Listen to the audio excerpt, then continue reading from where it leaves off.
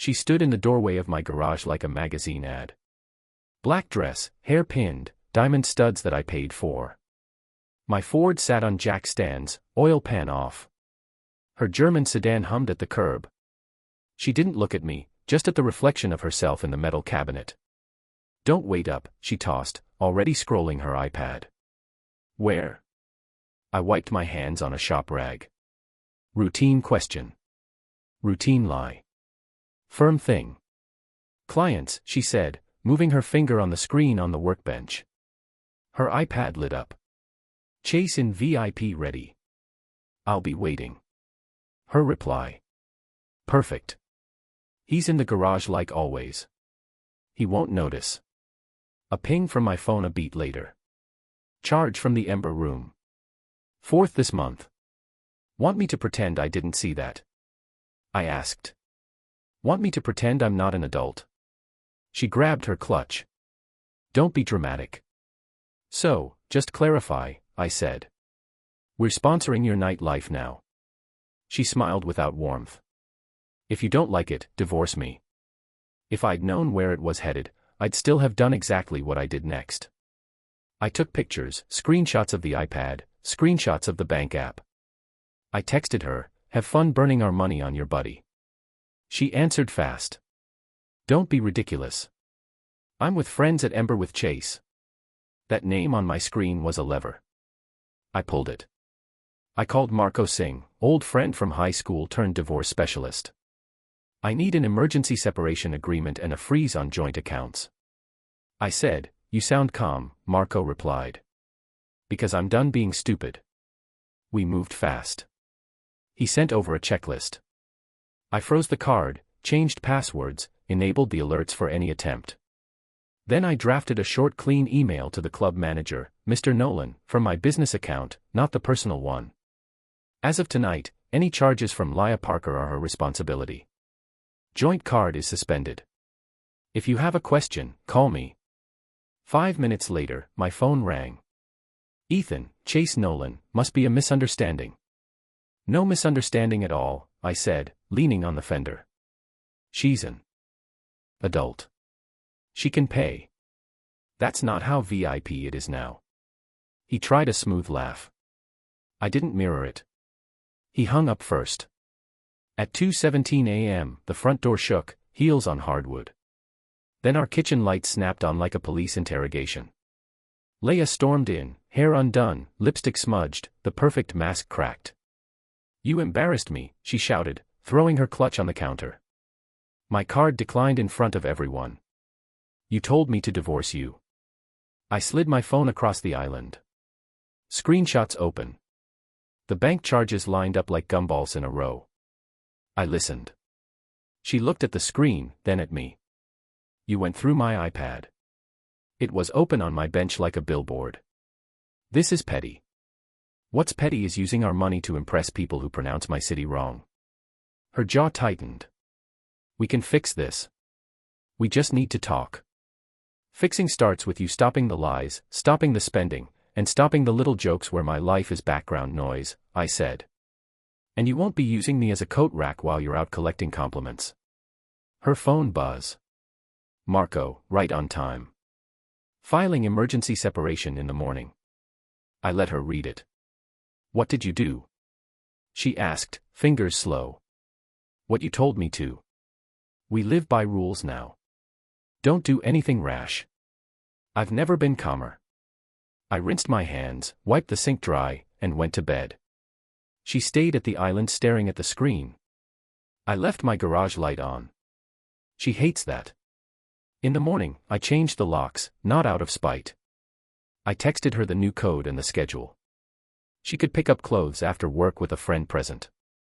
I sent Vivian, her mother, the queen of cool disdain, a short message. Yayla is using firm events as cover for night outings. We're separating. She can call me if she wants facts. I copied Victor Rowe, her managing partner, a man who cares about optics. Your partner is using corporate events to mask personal nightlife. See attached charges and timeline. No op-eds, no adjectives, just receipts.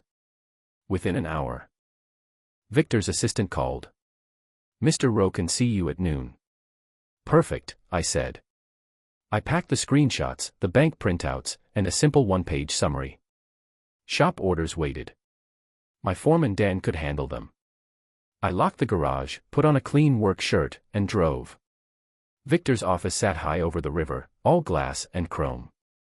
He met me at the door himself, gray suit, careful eyes, a framed law school diploma on the wall, same school Leia liked to mention at dinner parties.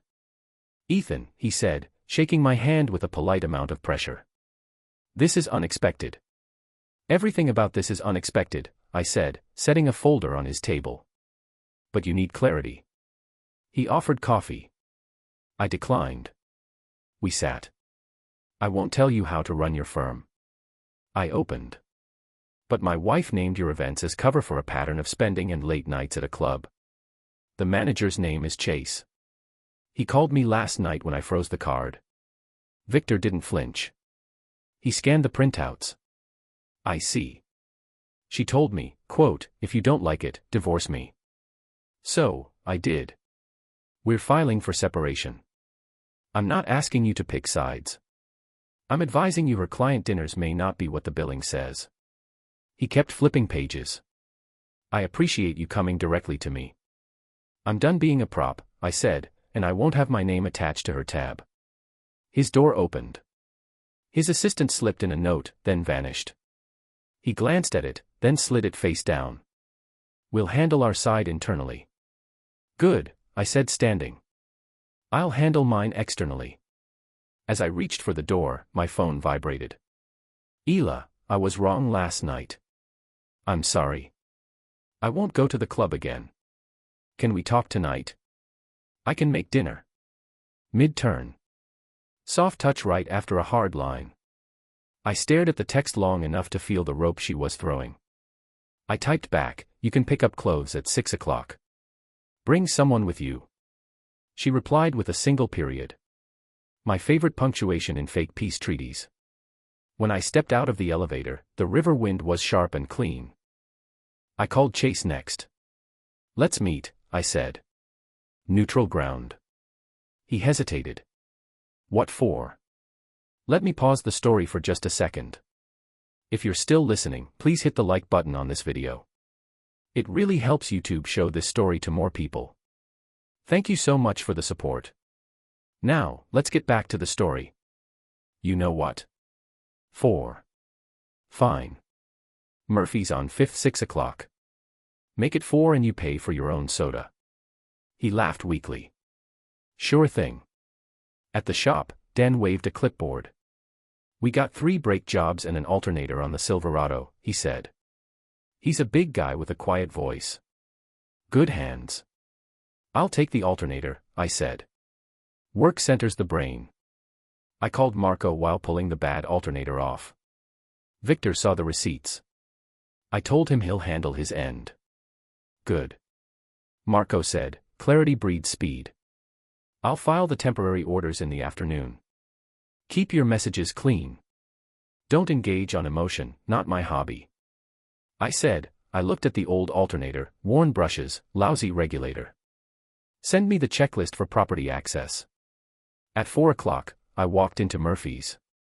The place smelled like fryer oil and lemon cleaner. The bartender looked like he'd seen 1,000 arguments and wanted none more. Chase sat in a corner booth. Nice jacket, a watch that shouted. He tried to stand, then thought better of it. Ethan, he said, manto man. Let's save the fake brotherhood. I cut him off, sliding into the booth. You called me last night about a misunderstanding. Now you understand.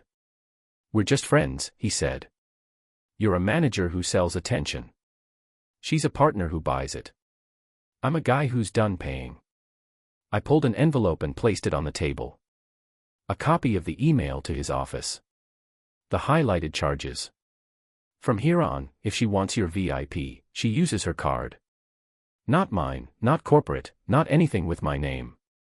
He leaned on his elbows. You're taking this pretty far. I'm taking it exactly as far as her sentence told me to.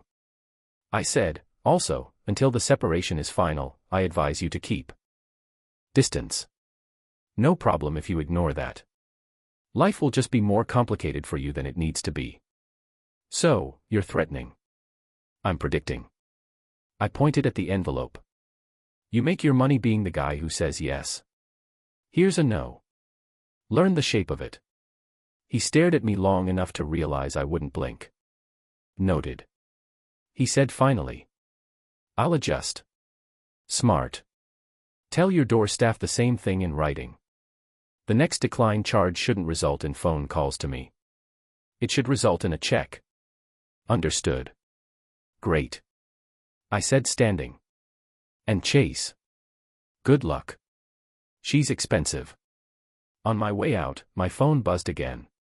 Marco, orders filed. Expect a courier for signatures before evening. I stepped into the winter sun and for the first time in months, my chest felt light. Kilturn wasn't her night out. It was me finally taking her words literally and meaning it. At 6, Leia pinged my door cam with a friend from her firm, Hannah, the junior who always looked at me like I was the help. I let them in remotely. Dan on my couch with a pizza and a tool catalog acted as the witness. I stayed in the garage bolting the new alternator on the Ford. I heard drawers slide, hangers clack, whispers. As they left, Hannah peeked into the garage. Are you really doing this? She asked, arms folded in a way she probably practiced in litigation. Already did, I said, tightening a bolt. Be careful carrying those dresses. Salt on the steps. Leia hovered behind her. Ethan, can we talk 10 minutes? Tomorrow morning, I said. Public place. I don't do backroom deals. She glanced at Dan, then at the door cam, then back to me. Fine. Market Street 9. Text me the cafe, I said, and turned back to work. She hates when I don't give her a headline. I showed up at the coffee place early, took the corner table, and watched the city walk by with red noses and caffeine. Leia arrived in a camel coat, no makeup, a presentation of vulnerability. She set her phone face down. I shouldn't have said that, she started, smoothing the napkin. The line about divorce. It was cruel. Accurate though, I answered. You gave an instruction. I followed it. It wasn't an instruction, she said. It was frustration. I've been alone in this marriage for a long time. Ethan, you were alone at night in a velvet rope club, I replied. There's a difference. You live in that garage, she pushed. You talk to carburetors more than to me. I talk to things that don't lie to me, I said, and let it sit. The barista called out orders. Someone laughed too loudly near the door. Get to the ask. She exhaled. I want to try. No more Amber. No more anything that makes you feel disrespected. We can do therapy. We can reset. You want to keep your narrative and your comforts. I said, here are my terms. No more club. Your money separate. Our house becomes my house until we figure out assets by the book and we stop pretending this is a pause. It's a stop. She stared. So that's a note to therapy. I won't sit in a room to perform remorse while you plan optics. I said, we're past theater. That's not fair. She said, fair is paying your own tab. I said, fair is not writing. He won't notice about your husband. That was a joke. Then I don't get jokes, I said. Because it read like a mission brief. She looked down. I miss us. You miss status that comes with us, I answered. If you actually missed me, you wouldn't recruit a club to fill the space. She changed tactics quick. I'll step back at the firm for a while. Fewer nights. That's between you and Victor. Silence hung a beat. She picked up her phone and flipped it, then thought better and placed it face down again. Give me a week, she said finally. No club. I'll move back to the guest room. We'll try. You can have a week to move your clothes into storage. I said, I'm not dragging this. You're punishing me. I'm protecting me, I said. And I'm doing it politely. Her jaw set. You're making a mistake. If my mistake is insisting on respect, I can live with it. I said, we're done here. She put a hand out like she could rearrange the air. Ethan, I already filed. I cut. There's no return ticket. We left the cafe without touching. She turned east. I turned west. That afternoon, she tried the next lever. A long message full of softness. I'm thinking clearly now. I get how I hurt you. I'll skip every night event this month. I booked a consult with a counselor for us at 6 o'clock on Thursday. Can you come? There were heart emojis in the invite name like we were freshmen. I replied, I won't. Handle yourself. I'll handle me. At dusk, Vivian called. Is it true? Her voice could chill soup. Yes. You're ruining her career. She's doing that. I said I warned Victor. He'll protect the firm. Your daughter can protect herself. This is why she needed friends. Because you're rigid, Vivian snapped. This is why I left the door unlocked for you for 15 years, I said. And locked it today. You've always been small, she shot back. Maybe, but I pay for what I use, I said and hung up. You don't win with Vivian. You just stopped subsidizing the conversation. 2 days later, I was under a pickup when my phone pinged nonstop. My cousin sent a link. Leia had posted a long I'm telling my side on social media. Filtered photo, earnest caption about seeking support, about a husband who polices her spending and isolates her with rules. She didn't name me, of course. But Milwaukee's not that big. The comments flooded with the usual, you go, girl. Stay strong. She tagged the coffee shop like it was a campaign stop. I put the phone face down on the fender. Dan slid out from the next bay, grease on his forearms. You going to say something? He asked. No, I said, wiping a wrench. I'm going to let the post hang on its own rope. You're colder than you look, Dan said half proud. I'm tired of paying for illusions, I answered. Cold is cheaper. That evening, Victor called. Ethan, I wanted you to hear from me, he said. We've initiated an internal review of partner conduct. Leia is on leave. I didn't ask for that, I said. You didn't. I'm doing my job. He paused. She won't see this as mercy. Mercy is not my department, I replied. The following morning, Leia showed up at my shop. She never came there unless she needed a spare key. She glanced around at the bays, at customers in the waiting area, at the coffee machine that never worked quite right. She picked the moment. The shop was full. Witnesses stage lighting. We need to talk privately, she said, stepping toward the office. We can talk here, I answered, loud enough for Dan to hear, but quiet enough for courtesy. She lowered her voice. You told Victor. He suspended me. I told Victor the truth, I said. He made his decision. You ruined my standing, she said, eyes glossy but dry. You traded it for compliments, I said. Don't bill me. A man in a Packers jacket cleared his throat in the waiting chairs. Leia straightened, then switched to velvet. Ethan, I love you, she said, hand on her heart. Please, let's do the consultation. I'll sell the BMW if that helps the budget. I'll do anything to fix this. Second illusion, full force, a sweeping offer, currency of feelings, and big gestures. I wanted to believe it for a half second. Then I remembered reading. He won't notice. You don't need to sell anything, I replied. You need to respect the person who paid while you played. Therapy won't teach that. Losing comfort might. You're cruel, she whispered. I'm consistent, I said. You said divorce me. I said, okay. She stepped closer, almost touching, then thought better of it. What do you want me to do? Hand me your spare keys, I said, and stopped coming here without a reason that can be written in one sentence. She stared like I'd asked her to translate a manual. Then she dug into her bag, pulled out the key ring, and dropped it into my palm. Metal on skin, simple as a door closing. Happy, she asked. No, I said. Just done. She walked out past the counter, chin up. The man in the jacket watched her leave. Then looked at me. Rough, he said quietly. Necessary, I answered and called the next ticket. Late that night, I got a text from Hannah of all people.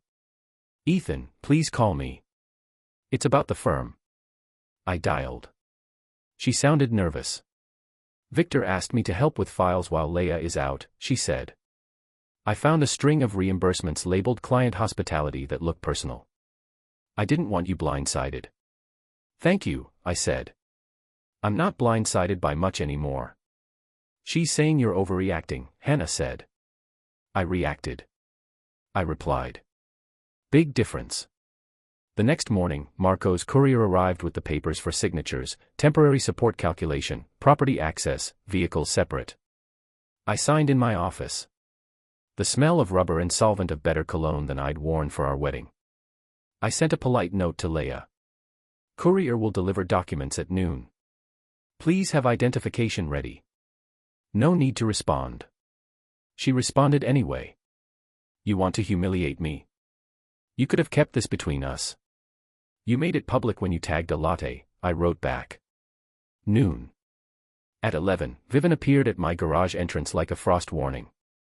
"You're destroying a family," she said without hello. "We're two adults without children," I said. "We're dividing property." "You could forgive," she said. "I did for years," I replied. "Forgiveness without boundaries is subsidy." "You always were a mechanic from the West Side," she said like it was a diagnosis. "And you always needed an audience," I said, turning away to torque a bolt. She left with her heels clacking, a retreat that sounded like applause to me.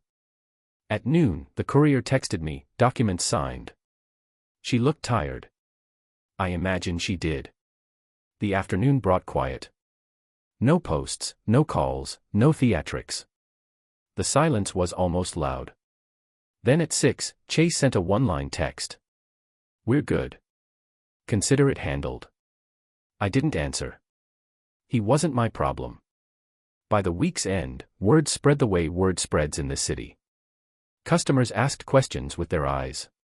Neighbors waved longer than usual. I didn't offer a narrative. I offered brake pads. The final meeting came on a Sunday afternoon. She asked to pick up the last of her boxes and jewelry. I told her to come at 3 o'clock. And that Den would be there. I didn't avoid her. I just didn't let her stage anything. She arrived in a hoodie and jeans, hair tied back, no pretense. She walked through rooms we'd furnished together with a calculator and a sense of humor 10 years ago. She took the framed degrees, left the wedding album. She paused in the doorway of the garage where the Ford finally started to look like a car again. "You always love that stupid truck," she said. "It's a Ford," I corrected. "And I love the work." "You loved us once," she said, half statement, half audition. "I loved what I thought we were building," I said, handing her a plastic bin. "Then I learned I was building by myself." She leaned against the door frame. "I want to say sorry and have it matter." "It matters," I said. "It doesn't change the outcome." Her eyes dropped to my hands. "You're really not going to give me a chance?" "You had 15 years of them," I said. "You used the last one to book a VIP table," she flinched. "Not much, just enough to register truth-hitting bone." "Is there anything I can say?" "Just one thing," I answered. "Say goodbye like an adult." She stood up straight. "Goodbye, Ethan." I nodded. "Goodbye, Leia." She shouldered the last box, walked through the kitchen, and set her keys on the island without being asked. She lingered one last look for an opening that wasn't there. When she stepped out, I followed to the porch. She turned at the bottom of the steps. "You'll regret this," she said. A final card slid across a dead table. "You said, divorce me," I told her. "I'm just following your instruction. Papers are filed. From here on, we live separate." Her face flickered. Anger, pride, a quick run through the playbook. It found no page left and closed. She got into her car and drove off without a look back. I locked the door behind her and went to my garage. I tightened a hose, wiped the fender, and let the quiet be the point. Epilogue is simple. I sold the house we bought when we thought bigger meant better and bought a clean 3-bedroom closer to the shop with a fenced yard and a maple tree that already knows how to be a tree. I traded the family SUV for a used Tacoma with a bedliner that laughs at winter. The Ford in my garage runs now. It took months, but it runs and the sound is honest. Business picked up. Word gets around when a man draws lines and doesn't wobble. Men bring in their trucks and tell me things they don't say at home. Women bring in their cars and ask for the facts without fluff. Dan got a raise and a new set of tools on my tab because loyalty should be the thing that cost you money. There's a woman I see sometimes, Nora, a project manager from a parts supplier. We get tacos after late deliveries.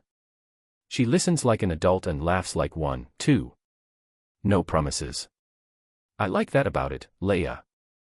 I hear pieces. She moved into a modern apartment with a view she can't quite afford without her old partner Draw. Her mother stopped posting photos with her for a while. Victor kept it clinical. Partners always do. Chase.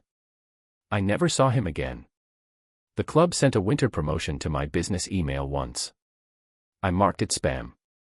People ask if I miss being married. I tell them I miss being respected. You can miss a lawn and still be glad you don't mow it. I didn't win anything. I didn't need to. I kept what mattered. My name, my cash flow, my rules. There's a kind of peace when you stop explaining yourself to someone who benefits from misunderstanding you. It looks like a man in a garage tightening a bolt and not thinking who's watching.